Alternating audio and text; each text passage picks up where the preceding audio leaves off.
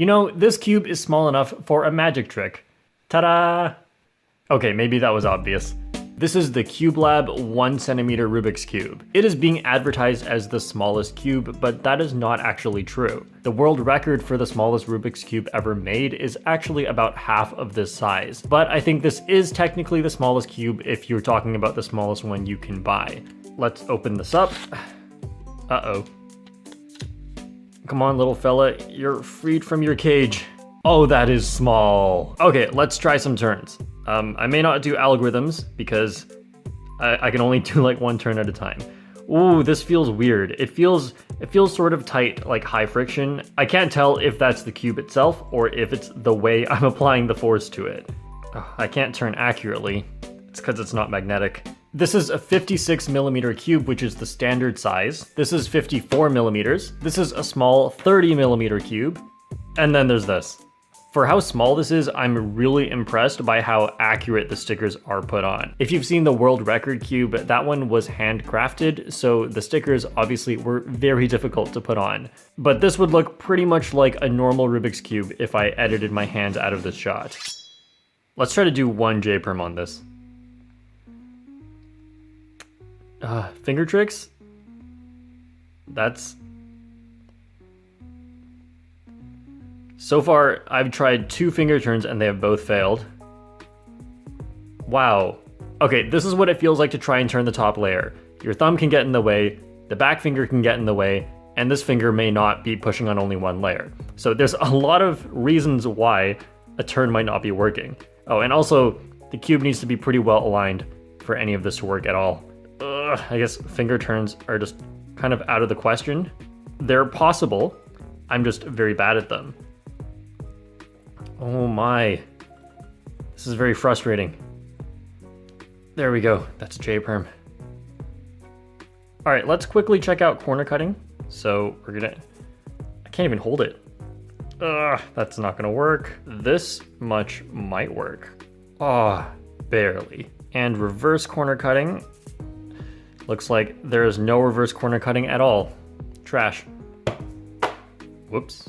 I'm going to try and do a timed solve, and my goal is to be doing it under 1 minute, because that way I have to get it to at least 1 turn per second, and that's pretty good.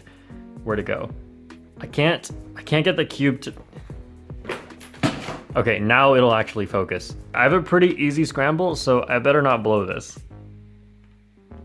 Ready, set, go.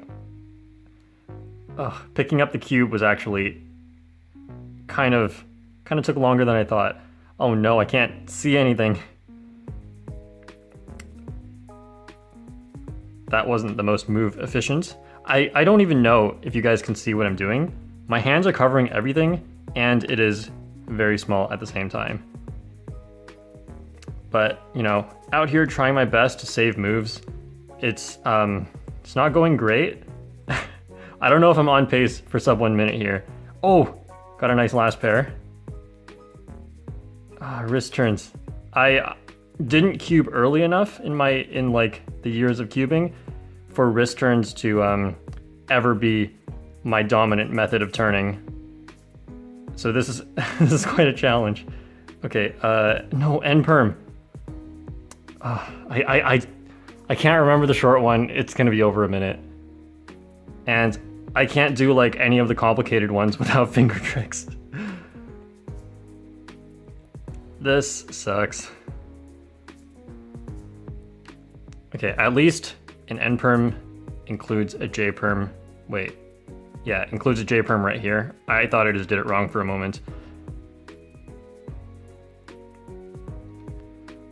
Wow, who would have thought like half the solve would have been the PLL? Oh wait, no.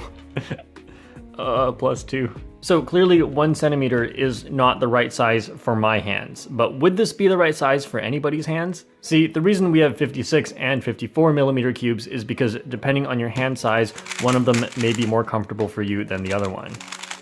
I can't even turn anymore after using that cube. Now, if you're younger, it's more likely you'll have smaller hands, so 54mm may work better for you. But how young do you have to be for this to be the right size? Now, maybe this is the right size for babies, but actually the answer doesn't matter. That's because this cube is only for ages 12 and up, so if your hands are actually small, you're not allowed to use it for some reason. Ages 12 and up seems like a very harsh restriction for this because, like, what, are you gonna swallow it? That's what you do when you're 3. Even my dog, who is not 12 years old yet, knows that you're not supposed to eat this.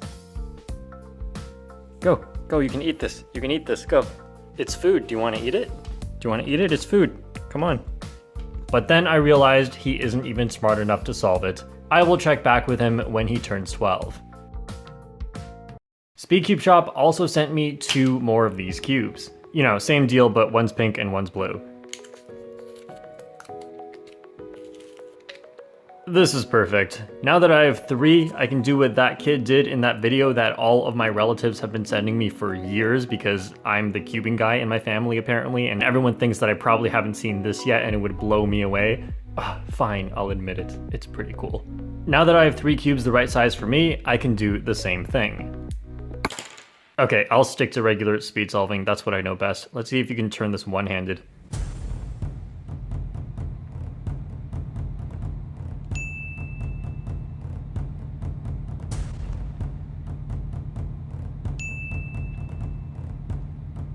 Okay, maybe not. Looks like I have 2 more attempts to try and get sub 1 minute before I decide to cry.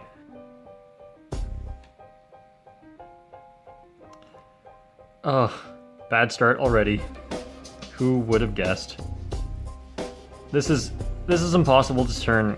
Getting sub 1 minute is impossible.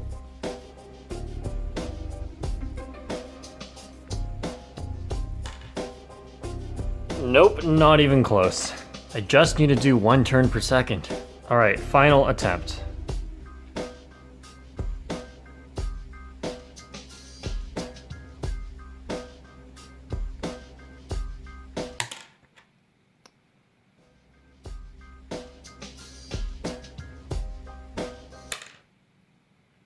You know, sometimes you get a J-perm to end, and that's really all the success you can ask for.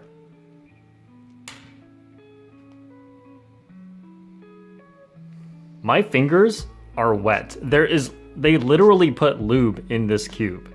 I can't believe it. Wouldn't it be cool if you could like fill up a whole pool full of these, kind of like a ball pit? And before you tell me that these are a hard solid object that would pack together forming a very solid surface that if I tried to dive into I would break my neck, you're probably right, but I can dream. That's about it for this video. This cube was sent to me from speedcubeshop.com, and if you want to get your own, then make sure you go there and use the discount code JPERM.